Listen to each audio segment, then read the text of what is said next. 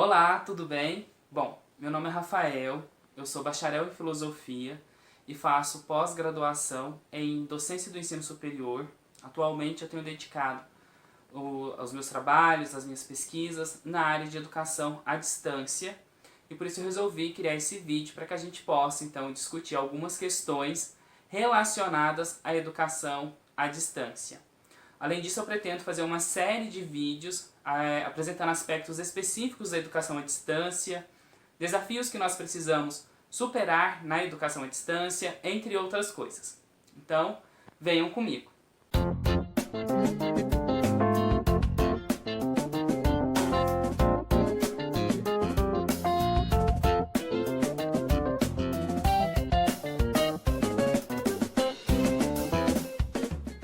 Bom, o vídeo de hoje ele se intitula Precisamos falar sobre educação à distância. Então, a primeira coisa que nós precisamos nos perguntar é: o que é educação à distância? A educação à distância é um processo de ensino-aprendizagem mediados por tecnologias nos quais os profissionais de ensino e que são os educandos, os educantes e os educandos, que são os alunos normalmente, né, a gente chama aluno, eles estão separados geograficamente. Essa relação entre eles e também o processo de ensino e aprendizagem, que não se limita à interação professor e aluno, também se dá mediado pelas tecnologias. É muito importante nós termos em mente que esse processo de educação à distância, ele ocorre em diversos níveis. Ele vai desde uma pessoa que possui um conhecimento a respeito de alguma coisa, sei lá, uma pessoa que sabe música, ou uma pessoa que conhece um idioma e ela oferece o serviço de aula, onde essa aula vai acontecer por Skype, ou ela grava aulas e disponibiliza essas aulas no canal no YouTube, por exemplo. Tudo isso se trata de processos de educação à distância. E isso vai desde este nível até o nível de cursos de graduação e pós-graduação ofertados por grandes centros universitários em EAD. Outra coisa importante é que nós devemos pensar o significado da palavra distância nesse processo de educação à distância. Ele não é um processo que pretende manter a distância ou que se fundamente prioritariamente na ideia de distância, porque nenhum processo educacional ocorre de maneira solitária. Todo processo educacional, todo processo de aprendizagem envolve relações, interações, e essas relações e interações elas devem ser mantidas em todos os níveis de educação. Quando nós falamos de educação à distância, nós estamos falando de um processo de tentativa de superação da distância geográfica. Ou seja, na educação à distância, todo o trabalho, seja ele de criação de material didático, tutoria, disponibilização das informações no ambiente virtual de aprendizagem, seja ele as teleaulas, sejam as aulas transmitidas ao vivo via satélite, todas as ferramentas tecnológicas e todo o trabalho de elaboração dos cursos, das matérias, das aulas, é focado na superação da distância geográfica. Então a distância, ela aparece como um obstáculo a ser superado por meio da interação cada vez maior e mais ativa nos ambientes digitais. Então é nesse sentido que se fala de uma educação à distância. A gente precisa, nesse caso, deixar de lado essa imagem de que a educação à distância é um processo de educação solitário. Ao contrário, é um processo que visa acabar com a solidão geográfica por meio das tecnologias e por meio do ambiente digital. Dito isso, surge uma questão, né? Por que discutir então a educação à distância? Atualmente, no Brasil, há cerca de 1,5 milhão de pessoas estudando no formato EAD. E aí, esse mercado é um mercado em grande expansão, né? É um mercado na área de educação que mais tende a crescer nos próximos anos. E esse crescimento gera uma série de paradoxos, de problemas que nós temos que pensar, questionar. Então eu trouxe alguns aqui para a gente conversar hoje. Alguns desses pontos serão trabalhados nos próximos vídeos. Então, vamos lá. A mais fundamental de todas as questões é a relacionada ao que é o próprio processo de educação. Nós estamos acostumados com um processo educacional centralizado no professor e no aluno. É interessante lembrar que a palavra aluno, ela vem de uma raiz quer dizer sem luz, ou alux, né? E por isso aluno, ele não possui luz. E quem seria a luz do processo educacional? O professor. Então, nessa grande tradição de educação, o professor é o que tem todo o conhecimento e o aluno é um mero receptáculo de saberes. Ou seja, o aluno é meramente passivo e o professor é o agente ativo do processo educacional. Isso cai por terra no sistema em educação à distância. Não funciona assim. O sistema de educação à distância, ou a modalidade de educação à distância, ela precisa de um aluno que seja ativo, que ele saiba ler, pesquisar, interagir com o material didático, que ele busque o conhecimento a partir de si próprio, ou seja, que ele tenha iniciativa em buscar esse conhecimento. Um aluno que seja meramente passivo, ele não vai conseguir se adequar ao sistema ou à modalidade de educação à distância. Da mesma forma, o professor do EAD, ele deve se atentar que o papel dele dentro desse sistema ou dessa modalidade de EAD é o de um mediador e de um facilitador. Então, nessas relações, nós não falamos mais de um professor ou de um aluno, mas de um educando e de um educante, mas que, na verdade, o próprio papel do educante é facilitar, dar ferramentas para que o educando elabore seu próprio processo de aprendizagem. Então, a relação entre educando e educante é completamente diferente nessa modalidade de ensino. Essas diferenças acabam nos levando a repensar todo o processo educacional, porque além dessas diferenças de relações, existem também as diferenças com o material didático. Existe a diferença com o ambiente de aprendizagem. Então você não está mais numa sala de aula física, elaborada arquitetonicamente para ser uma sala de aula. Você está num ambiente digital, num ambiente virtual. E nesses novos ambientes surge a questão: o que é educação? Como operar a educação? Então a primeira questão é essa, né? O que é educação dentro dessa modalidade de educação à distância? A outra questão, ela é menos teórica e ela é mais pragmática. Trata-se da precarização do ensino, do material didático dentro da modalidade de educação à distância. No Brasil, historicamente, o EAD sempre foi muito precarizado. A gente tem aí, desde a década de 20 até a década de 90, a concentração do ensino à distância nas rádios e na televisão. Então nós temos os telecursos, os cursos de educação de alfabetização feito pelo rádio, e todos esses cursos eles têm um caráter de ser muito precarizados, muito mal elaborados, feitos para serem massivos, sem levar em conta as individualidades, as singularidades, seja das regiões, né, de cada lugar onde esse curso vai chegar, seja dos próprios alunos. Então esse material ele acabou criando na nossa memória coletiva uma imagem muito pejorativa em relação ao EAD. Quando a gente fala de EAD, a gente lembra de telecurso. E somente depois dos anos 2000, principalmente a partir de 2002, 2005, é que nós vamos ter centros universitários ofertando cursos em EAD de maneira mais massiva.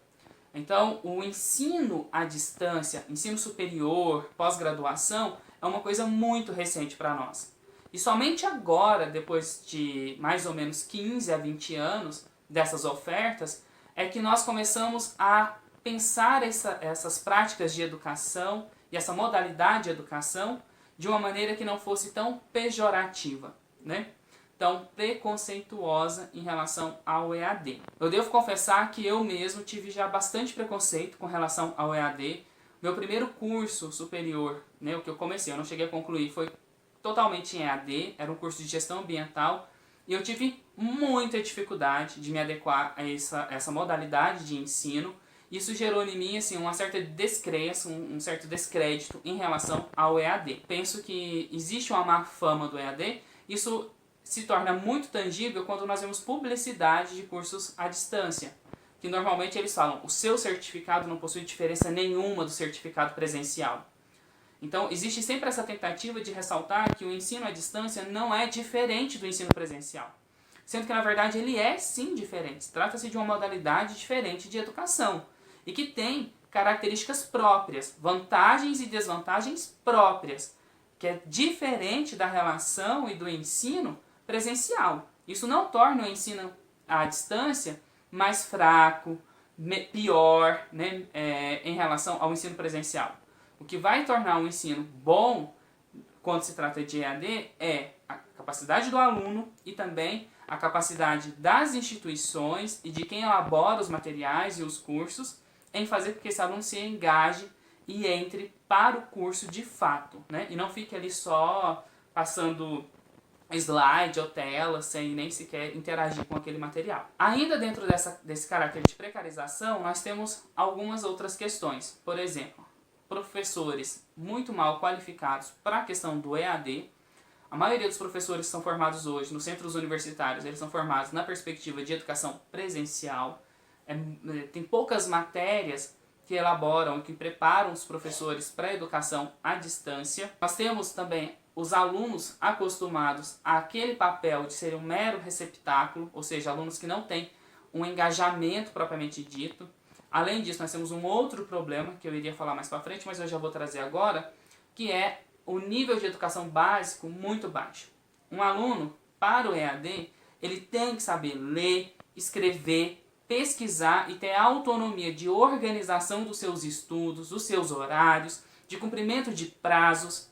Esse perfil de aluno normalmente não é o aluno que sai do ensino médio, principalmente quando a gente fala de ensino médio público brasileiro, né?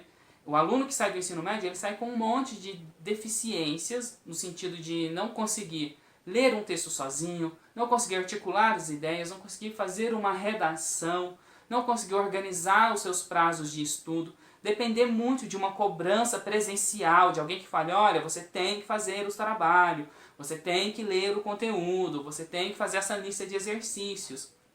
Isso tudo torna o processo ainda mais complicado, né? Então, se você pensa em trabalhar com educação em EAD, você tem que pensar nesse perfil de aluno e em como que você vai lidar com esse aluno, porque é esse aluno, majoritariamente, que chega no EAD. Porque os alunos de classe média, os alunos que têm uma educação básica com uma qualidade maior, normalmente eles vão parar nas universidades públicas e nos grandes centros universitários presenciais, que são a excelência de ensino. Os alunos da classe trabalhadora, geralmente são os alunos que trabalham, que moram longe, moram nas periferias, que não conseguem deslocar para os locais onde tem os cursos presenciais e que não conseguem também ter um horário adequado às aulas desses centros educacionais de excelência. Esses alunos vão procurar a educação à distância, mas esses alunos trazem com eles uma série de problemas desde a educação básica. O terceiro aspecto que eu quero trazer também para a gente poder pensar é as questões da mercantilização e do mercado de educação superior à distância. Quando se fala de educação à distância, nós podemos ver que existe uma margem de lucro muito grande. Por quê? Porque o mesmo material pode ser repetido digitalmente por uma infinidade de pessoas. Isso tem feito com que algumas universidades, alguns centros universitários priorizem muito mais o lucro do que a qualidade do curso. Então você tem cursos muito mecanizados, muito massificados, muito precarizado também, porque eles não querem que o aluno saia do curso, eles querem que o aluno fique mais tempo no curso. E esse aluno, como eu disse anteriormente, ele é um aluno que tem alguns problemas, ele tem algumas deficiências no seu processo de aprendizagem. E aí o que a universidade faz? O que esses centros universitários normalmente fazem? Eles abaixam a qualidade do material para que esse aluno não saia da universidade. Então isso é muito perigoso, isso é muito prejudicial, e isso vai acabar reforçando aquela má fama que o EAD tem. Hoje a ideia é que os cursos cada vez melhorem mais, que os profissionais que atuam nesses cursos consigam ter uma capacidade de fazer o aluno se engajar nesses cursos, fazer o aluno ter uma relação dialógica com o material que é ofertado para ele, para que esses cursos não sejam precarizados, para que eles não sejam massificados e para que eles não sejam simplesmente voltados para a questão meramente comercial, ou seja, o ganho do lucro. E isso também vem acompanhado com os institutos federais e as universidades federais cada vez mais engajadas no ensino à distância. Isso vem mudando um pouco o perfil desses cursos, para que eles não fiquem tão precarizados. Outro ponto dessa precarização também é a baixa relação e interação entre professores, tutores e alunos. Como eu disse antes, a educação à distância não é um processo de educação solitário. Ele é um processo de educação que visa superar a solidão geográfica.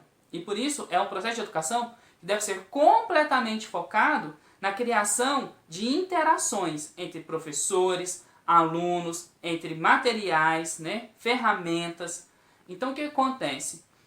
Quando você tem uma instituição de ensino superior que ela está focada somente no lucro, na aquisição de capital, ela precariza essas relações. Então você tem tutores que não são especializados, você tem tutores que não dialogam com os alunos, você tem professores que nem sequer atuam no curso. O que esses professores fazem? Eles simplesmente elaboram o material, gravam as aulas, essas aulas ficam lá disponíveis e o material disponível, mas não tem correção de atividades, não tem leitura dos textos dos alunos, não tem o acompanhamento pedagógico propriamente dito. Isso torna essa educação muito ruim, porque quem está do outro lado da tela, que é o aluno, ele não sente essa interação, essa conexão de fato com a instituição de ensino. Ele se sente literalmente solitário, isolado e desamparado no processo de aprendizagem. Isso pode ser revertido principalmente se a gente começar a quebrar o preconceito em relação ao EAD, entender que o EAD não vai deixar de existir, ele vai continuar existindo sim, e que cabe a nós, professores que estão interessados na melhora contínua do processo de aprendizagem dos alunos, a começar a trabalhar com essas ferramentas com qualidade e não simplesmente com a visão mercadológica. Então eu acho que o primeiro passo para a gente começar a quebrar esse cenário de precarização é nós mesmos reconhecermos que o EAD vai continuar assim. E que se nós não mudarmos a nossa postura em relação ao EAD, né, principalmente aí a gente tem professores que criticam, que não gostam, que acham que não funciona, enquanto esses professores que veem no EAD só a precariedade, eles não começarem eles mesmos a produzir materiais que não sejam precários, que não sejam fracos, esse cenário não vai mudar. Porque quem está produzindo hoje majoritariamente esses conteúdos não está interessado nessa mudança. Eu lembro muito de uma frase do Máximo de Felice, que é um professor da USP, quando ele comentou sobre a questão da fake news. Eu vou fazer um paralelo. Houve uma preocupação muito grande recentemente com as fake news, né? E ele fala assim, olha, fake news se combate com conexão. Nós precisamos conectar mais pessoas, nós precisamos interagir nas redes sociais, nós precisamos interagir nos ambientes digitais. Fake news não se combate com uma coisa fora das redes, é dentro das redes que se combate as fake news. Então não é fora do sistema de educação em EAD que nós vamos combater a precariedade da educação em EAD. É dentro da educação em EAD, né, educação à distância, que nós vamos poder melhorá-la. De fora a gente não vai conseguir, até porque essa educação ela também possui várias vantagens e várias potencialidades que devem também serem ressaltadas.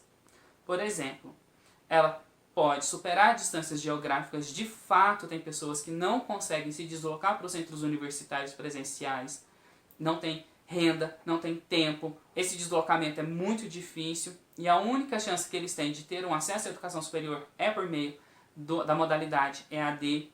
Nós temos também a possibilidade de criação de cursos livres, abertos, que vão fazer uma disseminação do conhecimento universitário na sociedade. Isso é muito importante.